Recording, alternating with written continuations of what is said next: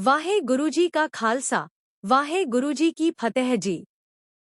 संगत जी, short inspired stories channel को subscribe और वीडियो को लाइक जरूर करें जी, ताकि यह वीडियो और संगतों तक पहुंच सके जी। मैं गुरु जी के आगे यही अरदास करती हूँ कि आपकी सारी अरदासें वाहे गुरु जी पूरी करें जी। वीडियो शुरू करने से पहले जो भी गुरु जी के प्यारे यह वीडियो देख रहे हैं, अपना नाम जरूर कमेंट में लिखें जी, ताकि हम गुरु जी की जीवन साखियों के बारे में और वीडियो लेकर आए जी। आओ जी, अब वीडियो की शुरुआत करते हैं।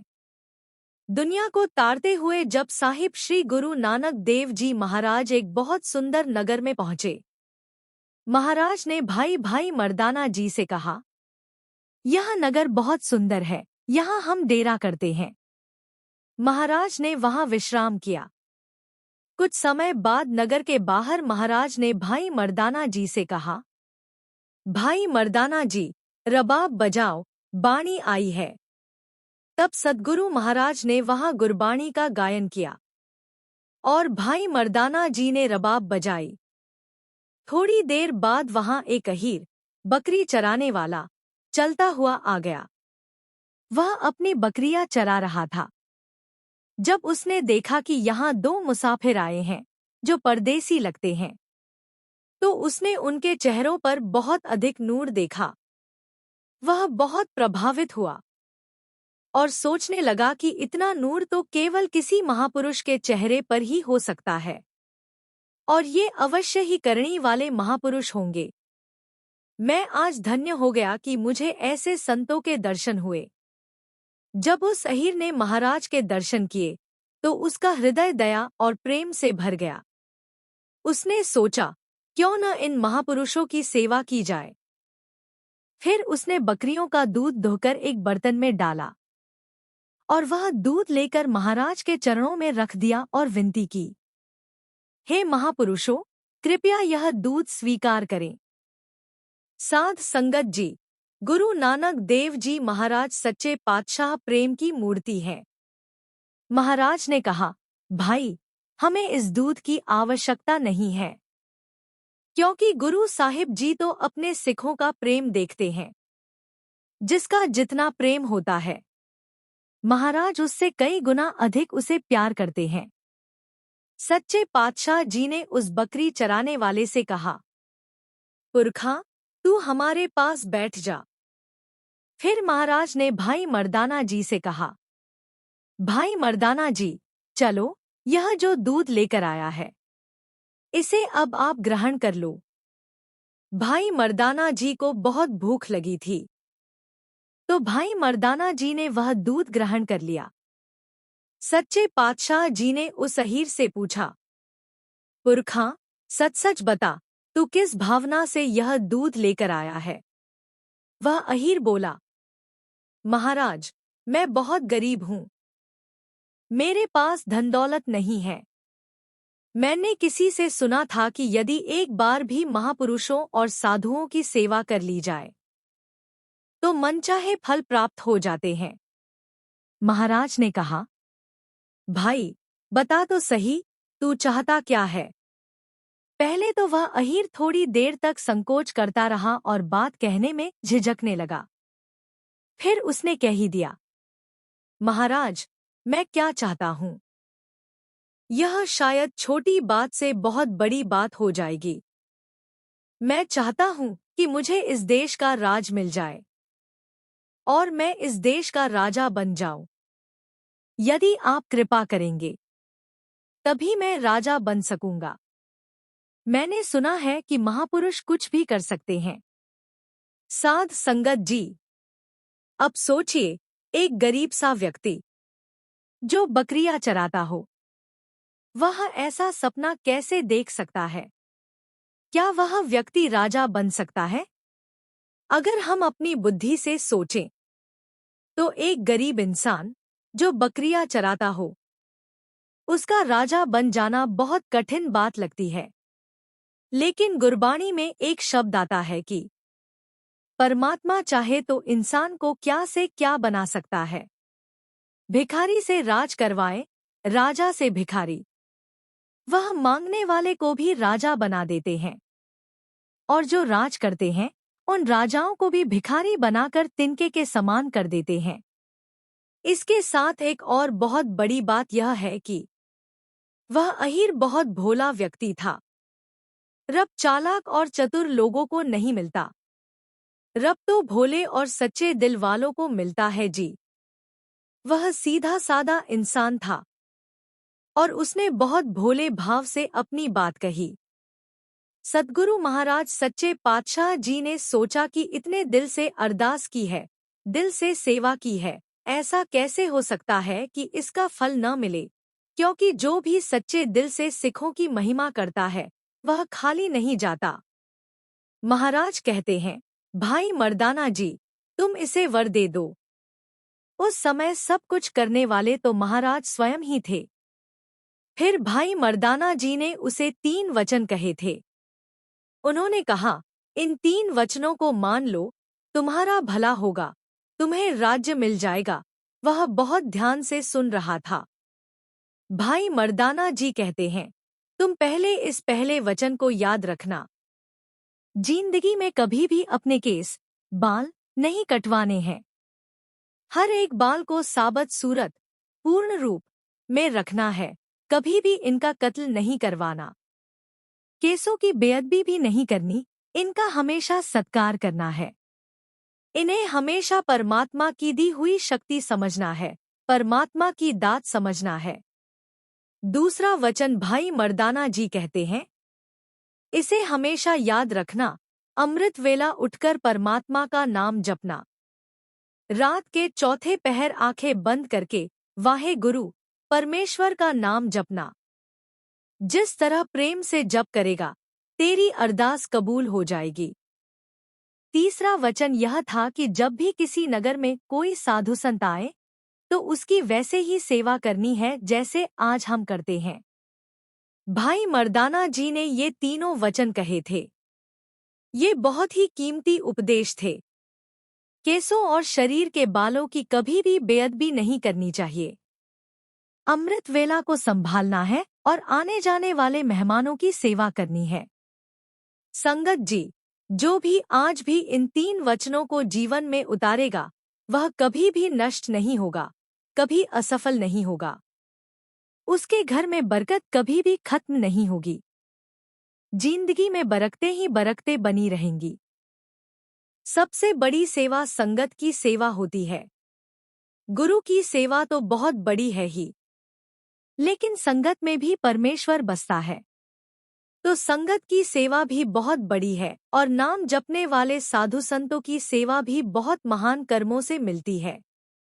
फिर ऐसा ही हुआ। जो फकीर होते हैं उनके कहे हुए वचन कभी खाली नहीं जाते, वे अटल होते हैं। एक और काम किया गया। उस सूखी हुई कुतिया को नेत, दूध चूरी लाकर खिलाई गई। महाराज कहते हैं कि जब तुम ऐसी सेवा करोगे, यह दरवेश तुम्हें आशीर्वाद देगा और तुम्हारे बिगड़े हुए काम पूरे हो जाएंगे। उस समय भाई मर्दाना जी ने महाराज सच्चे पातशाह जी से आज्ञा ली और कहा कि पहले एक प्रेमी दूध लेकर आया था, कोई गलीचा लेकर आया था। यह सब सेवा है और इसका फल जरूर मिलता है। मेरे घर में कोई संतान नहीं है, कोई पुत्र नहीं है। मेरे घर में पुत्र सुख भी नहीं है। मेरी तो केवल यही इच्छा है कि मुझे पुत्र की दात मिल जाए। फिर भाई मर्दाना जी ने कहा कि सब कुछ मिल जाएगा। गुरु पातशाह के वचन मानो, ये जगत के निर्माता है। सतगुरु गुरु नानक साहिब जी स्वयं परमात्मा के स्वरूप हैं। उन्होंने जगत में अवतार लिया है। उनके वचन को मानो और जीवन में उतारो। कुछ समय बाद उस नगर का राजा मर गया। लोग कहने लगे कि यह देश तो सोना है, इलाका भी अच्छा है, अब राजा भी अच्छा होना चाहिए। किसे बनाया जाए? कहा गया कि एक सरल, भोले व्यक्ति को राजा बना दो। चालाक और चतुर को बनाने की जरूरत नहीं है। भोला कौन है? लोग कहते हैं, जो बकरियां चराता है उसे बना दो। जो बकरियां चराने वाला है उसे राजा बना दिया गया। भिक्षारी को राजा बना दे और राजा को भिक्षारी बना दे, गुरबाणी के ये वचन सच्चे होते हैं। फिर उस जुलाहे के घर भी समय आने पर पुत्र पैदा हो गया। इसलिए सभी पशु पक्षी और जीव जंतु परमेश्वर की ही ज्योति हैं। उनके अंदर भी वही एक ही ज्योति विद्यमान है। जब हम किसी की सेवा करते हैं तो उसकी आशीर्वाद भी लग जाती है। इसलिए अच्छे कर्म करने चाहिए। आशीर्वादों में बहुत बड़ी करामात होती है। जब हमें आशीर्वाद प्राप्त होते हैं तो हमारे ऊपर बरकतें आने लगती हैं और हमारी जिंदगी बदल जाती है। बाकी सब परमेश्वर की अपनी ही लीला है। जैसा भक्त कबीर साहिब जी के वचन हैं, वे कहते हैं कि जो वह चाहे वह सब कर सकता है। वचन बहुत प्यारे हैं। जल को थल कर दे, थल को कुआं बना दे, कुआं को पर्वत और स्वामी पर्वत को फिर समुंदर बना दे। वह चाहे तो पानी को रेगिस्तान बना दे और रेगिस्तान को कुआं बना दे। वह ऊंचे को नीचे और नीचे को ऊंचा कर सकता है। भिक्षारी को राजा बना दे और राजा को भिक्षारी बना दे। मूर्ख को विद्वान बना दे और विद्वान को भी साधारण बना दे। और पंडित को भी परमेश्वर मूर्ख जैसा व्यवहार करा सकता है और एक मूर्ख को विद्वान बना सकता है। परमात्मा एक ज्ञानी को भी अज्ञानता की स्थिति में ला सकता है। फिर कहा जाता है कि जब हम कर्मों की बात करते हैं तो मित्रों की बात भी सामने आती है। 3 प्रकार के मित्र बताए गए हैं। पहला मित्र वह होता है जो कहता है तू मेरा मित्र है। फिर दूसरा वह होता है जो कहता है मैं सबका मित्र हूँ। लेकिन असली मित्र तो कर्म ही होते हैं जो व्यक्ति के साथ रहते हैं। जैसे उस जुलाहे ने कर्म किया, उस सूखी हुई कुतिया को गलीचा डालकर चूरी खिलाई। यह उसका बहुत बड़ा कर्म था और उसी से उसे कृपा प्राप्त हुई। जहाँ तक सांसारिक मित्रता की बात है, वह तब तक रहती है जब तक समय अच्छा होता है और धन दौलत होती है। जैसे ही समय बदलता है, कई लोग साथ छोड़ देते हैं। इसीलिए कहा गया है, जब तक धन होता है, तब तक लोग साथ रहते हैं और जब धन चला जाता है तो सब साथ छोड़ देते हैं।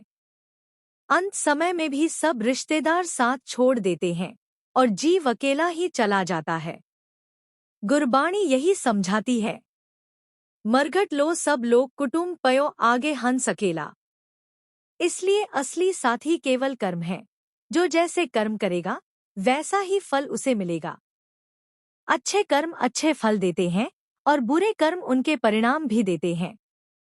परलोक तक कर्म साथ जाते हैं। इसलिए कर्म करते समय इंसान को सोचना चाहिए कि मैं कैसे कर्म कर रहा हूँ। आज जो कथा है उसमें जुलाहे का उदाहरण दिया गया है। इनका बाहरी रूप नहीं बल्कि इनकी भावना देखनी चाहिए। भावना देखो कि किस भाव से उसने दूध पिलाया और सेवा की। जुलाहे की भावना देखो, कितनी सच्ची श्रद्धा और सेवा भाव के साथ उसने उस कुतिया को चूरी खिलाई। फिर वह महाराज के पास गया और उसकी कितनी बड़ी सेवा थी, जिसका फल समय आने पर उसे पुत्र की दात के रूप में मिला और उसे संतान सुख प्राप्त हो गया। जो लोग सच्चे सद्गुरु की बाणी पढ़ते हैं और उनके वचन जीवन में उतारते हैं, उन्हें आज भी सुख प्राप्त होते हैं। इसमें कोई झूठ नहीं है। सद्गुरु सच्चे पातशाह जी कृपा करें।